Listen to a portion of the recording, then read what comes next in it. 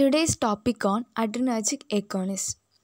These are drugs with action similar to that of adrenaline, or it leads to the sympathetic stimulation. Under this topic, we discuss about adrenergic transmission, adrenergic receptors, adrenergic drugs or sympathomimetics and its uses. We come to the adrenergic transmission.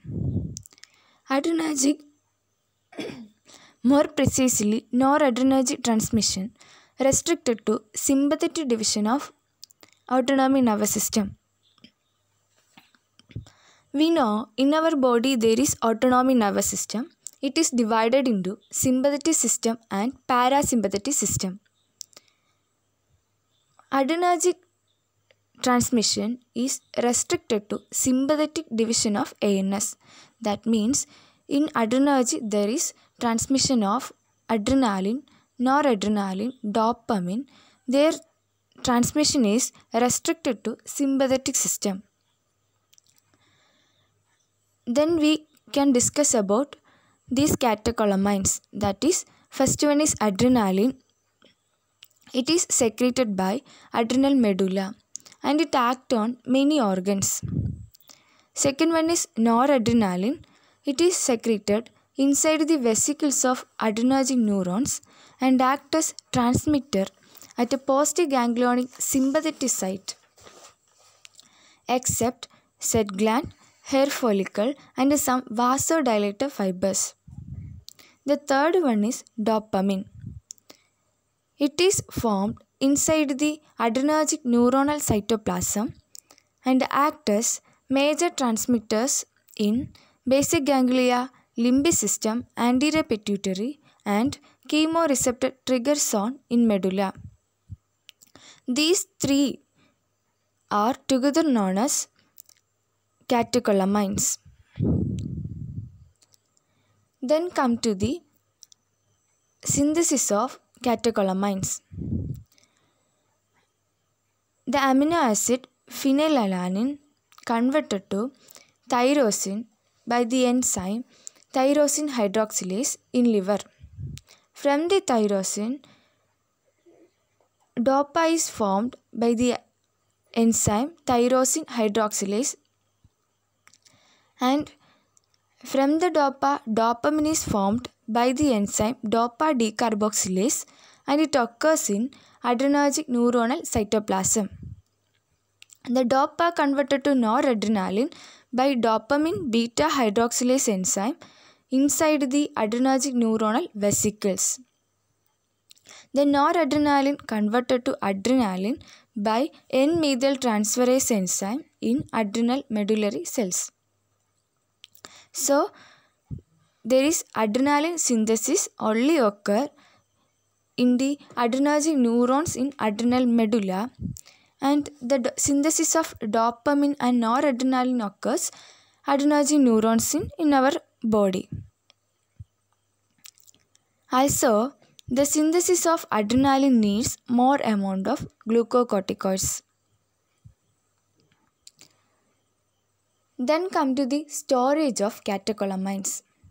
Noradrenaline stored in synaptic vesicles or granules within the adrenergic nerve terminal as complex with ATP in the ratio 4:1, which is adsorbed on a protein chromogranin. So, noradrenaline is stored in synaptic vesicles. Then adrenaline. Adrenaline is in adrenal medulla. The noradrenaline in chromaffin granules diffuses out into the cytoplasm and it is methylated to adrenaline and is stored in separate granules.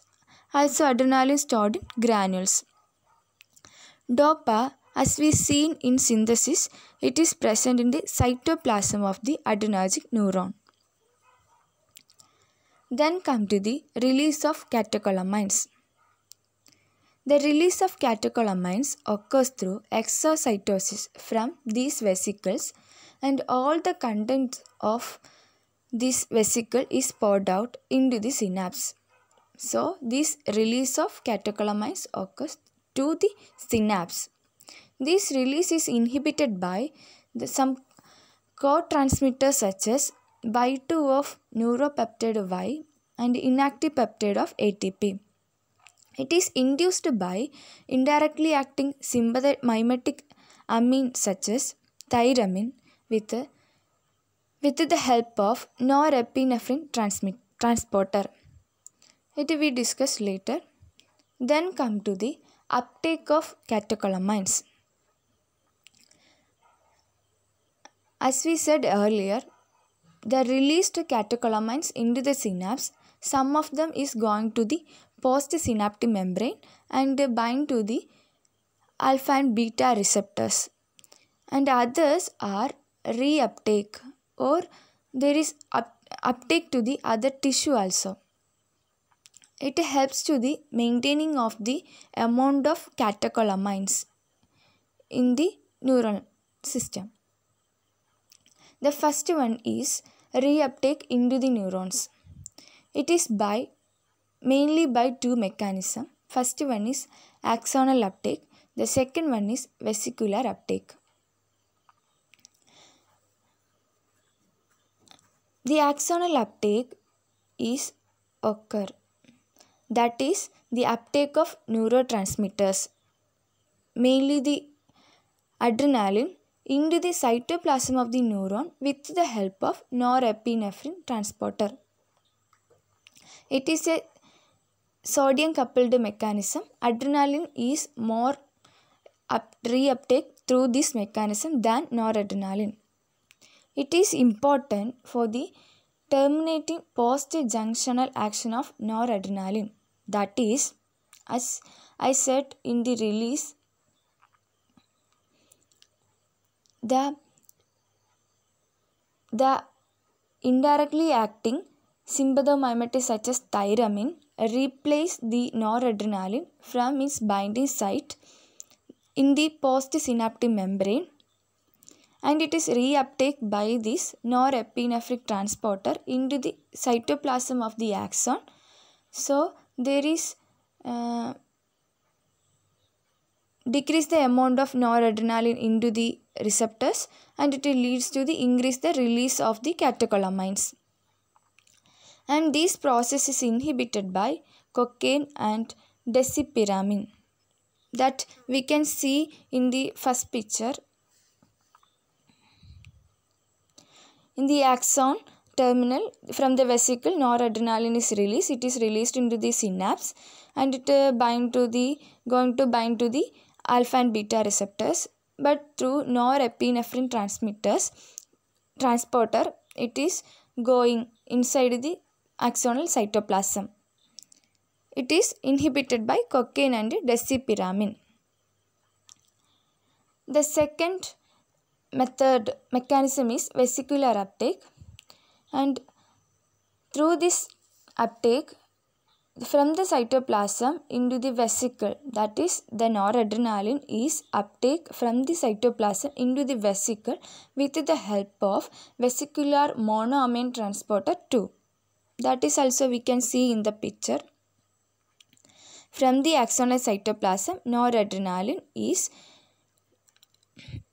going to the vesicle, inside the vesicle through vesicular monoamine transporter 2, and this process is constantly occurs in the neuron, and it maintain the amount of catecholamines.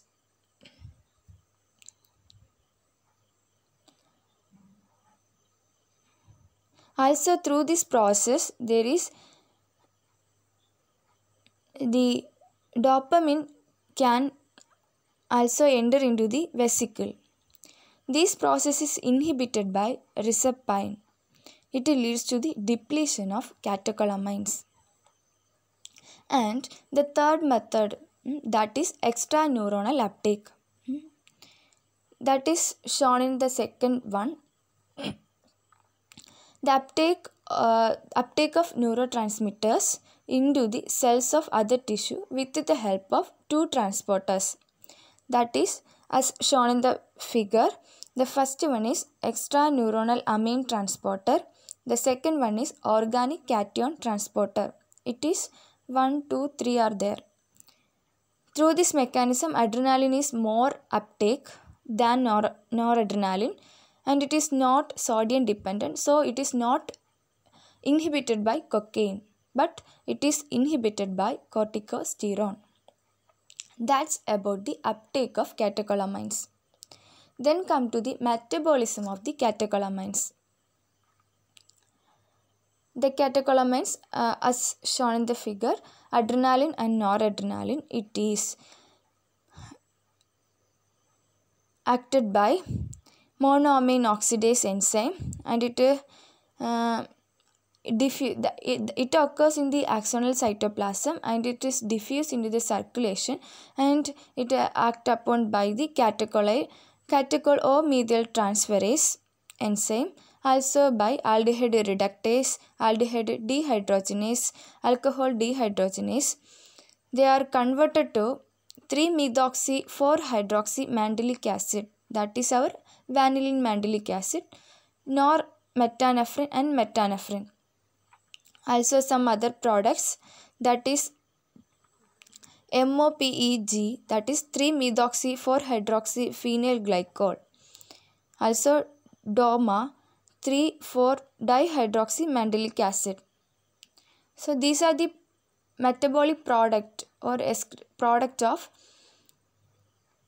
adrenaline and noradrenaline, and they are excreted through urine. Also some amount of free adrenaline and noradrenaline also seen in the urine. That's about the catecholamines. So first, the synthesis, it is from the phenylalanine, it is converted to DOPA, and from there dopamine, noradrenaline, adrenaline, and it is stored in the vesicles and it is released into the synapse, and from there some uptake is occur. After that there is metabolism of the neurotransmitters. Then we come to the second topic, that is adrenergic receptors. It is very important. The adrenergic receptors, that means the catecholamines acting on different parts of the body through 3 receptors. These receptors, based on the antagonist and agonist action, adrenergic receptors are 2 types, that is our alpha and beta receptors. Based on relative organ specificity and selective agonist and antagonist, this alpha again divided into alpha 1 and alpha 2, beta divided into beta 1, beta 2, beta 3. This classification or this typing is occurred by the action of this antagonist. So after the discovery of this antagonist, this typing is occurred. And by the molecular cloning, alpha is divided into alpha 1a, alpha 1b, alpha 1d, alpha 2a, alpha 2b, alpha 2c. Basically, the adrenergic receptors are membrane-bound G-protein coupled receptor. That means they are acting through second messengers such as cyclic AMP or IP3 or DAG. Mainly our beta receptors is acting through cyclic AMP and alpha by IP3. Also G protein activated through K plus or calcium 2 plus channels.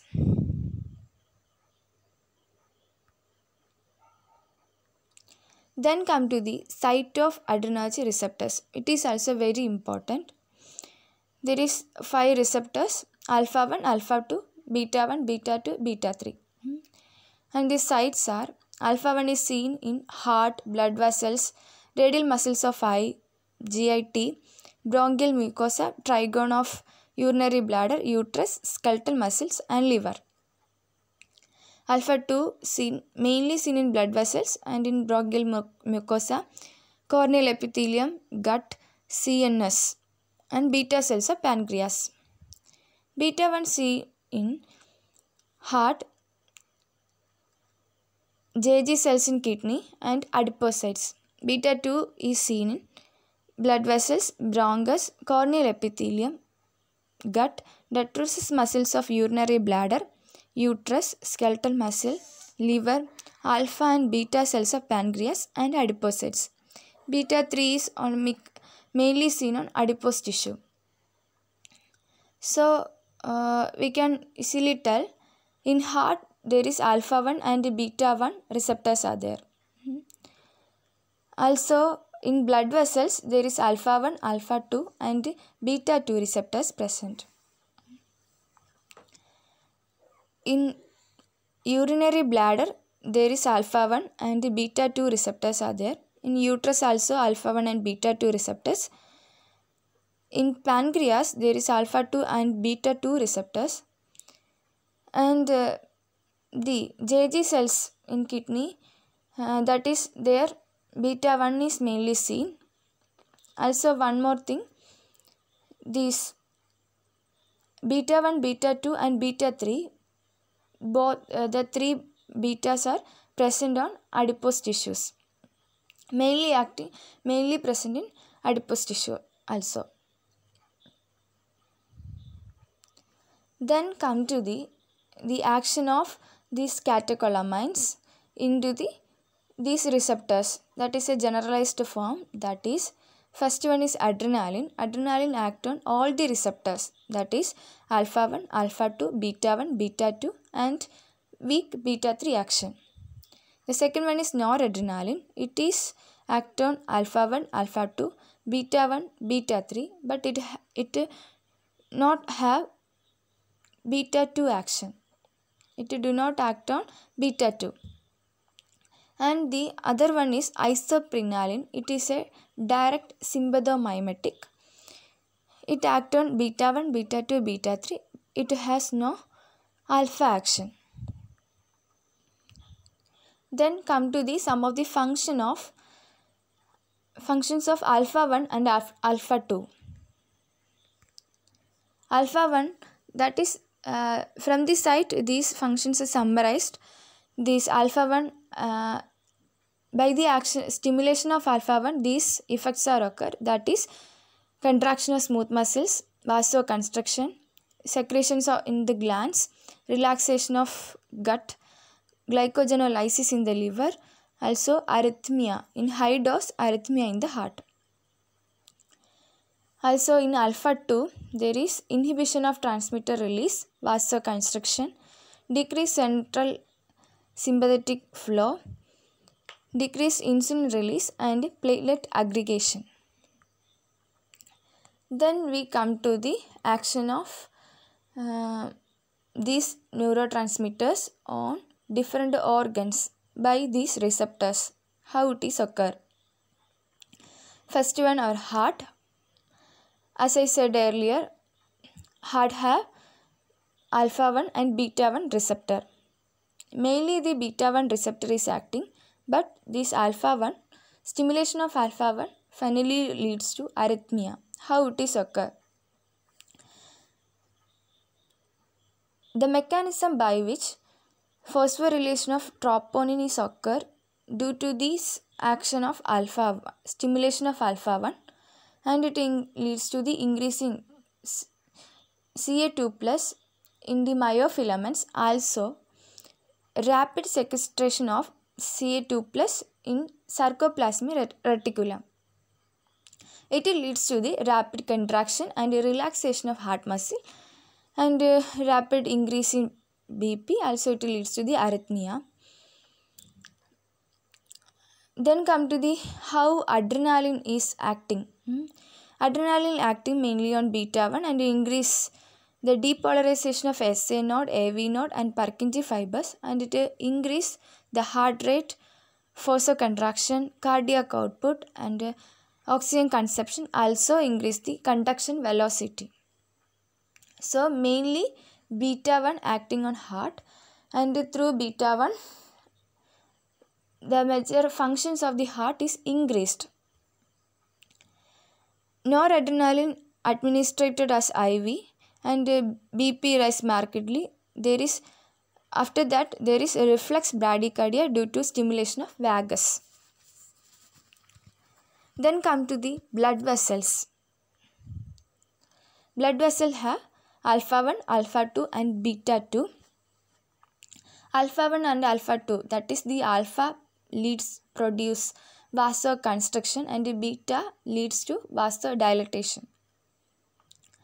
There is a difference, that is this vasoconstriction occurs mainly the capillaries or vessels in the cutaneous vessels, mucous membrane vessels and renal blood vessels. The vasodilation occurs in skeletal muscle, the vessels in the skeletal muscles, liver and coronary arteries. So there is a difference in the constrictions at the same time. And also come to the changes in BP, how the blood pressure varies. First, adrenaline increase systolic BP and decrease diastolic BP and increase mean blood pressure. How the systolic BP increase? It is due to the action of adrenaline on beta 1 receptors on heart. It leads to the, as I said earlier, there is contraction of the heart, increase vasocontraction, increase heart rate and increase BP also. So it leads to the increase in systolic BP and there is decreased diastolic BP. How it is occur? The vascular beta receptors more sensitive than alpha receptors. So there is decrease in that is vasodilatation, so decreased peripheral resistance. It leads to the decreased diastolic BP. Then noradrenaline. The noradrenaline increase both systolic and diastolic BP. Also it increase mean blood pressure because noradrenaline, as I said earlier, noradrenaline has no action on beta 2. Beta 2 receptor leads to the vasoconstriction. So there is no vasodilatation. So there is no vasodilatation. So what happened? The blood pressure increase. Then come to the action on bronchus. The bronchus mainly have the beta 2 receptor. It is activated through adrenaline and isoprenaline and there is bronchodilation is occur. Also there is alpha 1 and alpha 2 receptor. It is also acting by adrenaline and decongestion of bronchial mucosa. So it is adrenaline for the decongestion of bronchial mucosa, it is used therapeutically. Then come to the action in eye. In eye, there is alpha 1, alpha 2 and beta 2 receptors are there. First come to the alpha 1 receptor. Alpha 1 receptor is mainly present on the radial muscles of eye and there is constriction of radial muscles. It leads to the dilation of pupil, that is mydriasis. And these alpha 2 and beta 2 receptors are present in the ciliary epithelium. Alpha 2 receptor, that is there from the ciliary epithelium, aqueous humor or there is the secretion is decreases, and the beta 2 receptor, it act by the activation of beta 2 receptor there is increase the secretion, that is increase the amount of aqueous humor. So also this beta 2 it facilitate the trabecular outflow. So what happened here, there is decrease the secretion, that is decrease the amount of aqueous humor. It reduce the glaucoma. Adrenaline has minimal effect on radial muscles of eye after topical application because it is poorly penetrate the cornea. So the adrenaline has not that much effect on the therapeutically not that much effect on the dilation of pupil. It also decrease the intraocular tension, so it can be used in wide angle glaucoma. So there is these adrenergic receptors has also a role in the glaucoma also. Then come to the GIT. There is gut wall is there, also sphincters are there. There is the receptors are alpha 1, alpha 2 and beta 2. All the receptors have same action, that is the relaxation of gut also there is contraction of sphincters. So due to this relaxation of the gut wall and contraction of the sphincters, there is decrease the peristalsis occur. That is the action in the GIT. And come to the action in the urinary bladder. There is beta 2 receptors and alpha 1 receptors. Beta 2 receptors is present in the detrusor muscle and it leads to the relaxation of detrusor muscle. And alpha 1 is present in the trigone and it leads to the contraction of trigone. Finally, what happened by these both action, there is hinder micturition. And come to the kidney. In kidney there is beta 1 receptor. It want to remember that only beta 1 receptor is present in the JG cells of kidney.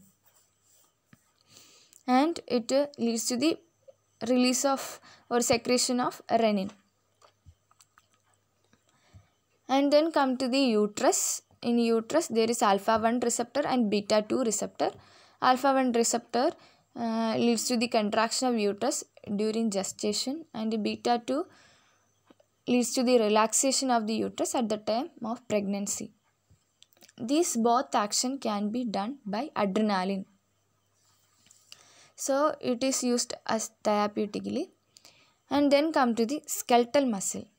Skeletal muscle also have alpha 1 and beta 2 receptor.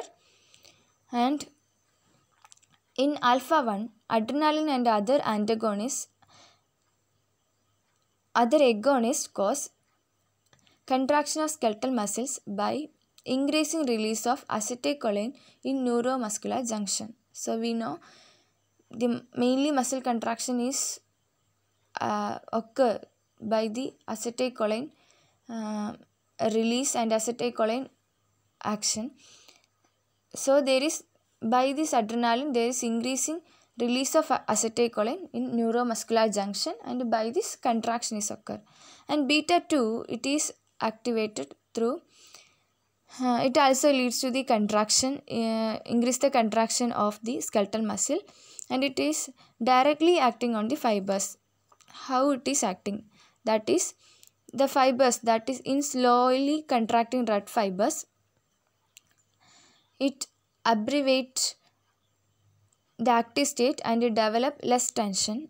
In rapidly contracting white fibers, it prolong active state and it develop more tension.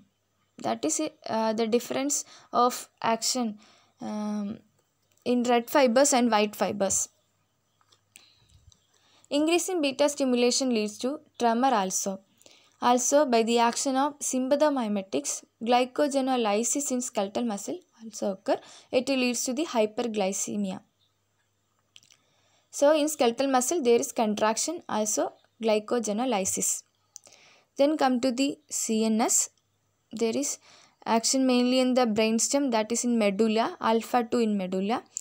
It leads to the decrease in sympathetic outflow, fall in BP and bradycardia. Therapeutically, this action is by alpha 2, selective alpha 2 agonist. Then come to the action on liver. Liver has alpha 1, beta 2, beta 3 receptors and the action is glycogenolysis by the activation of glycogen phosphorylase and inhibition of glycogen synthase enzymes. So there is ultimately more glycogenolysis is occur, more glucose is formed, it leads to the hyperglycemia. Also there is hyperlacticidemia. Then come to the action on pancreas. We know pancreas there is alpha cells are there and beta cells are there in islands of Langerhans. The alpha cells produce glucagon and beta cells produce insulin. Both these cells have beta 2 receptors and increase the production of hormones. That is in alpha cells beta 2 increase the secretion of glucagon and in beta cells beta 2 increase the secretion of insulin. But in beta cells, the alpha 2 decrease the insulin secretion. Finally, in sympathetic system, there is increased glucagon production and increased glucose in the blood. It leads to the hyperglycemia. Insulin secretion is weakened and the stimulation is weakened, and production of insulin also decreased. More glucose is produced, hyperglycemia. Then come to the adipose tissue. In our body, there is in many sites adipose tissue is there. In there, all the beta receptors, that is beta 1, beta 2, beta 3 are activated, and by their action there is lipolysis is occur. It leads to the increase the amount of free fatty acid in plasma. These all are about the receptors, alpha and beta receptors, and their site and their action. Thank you.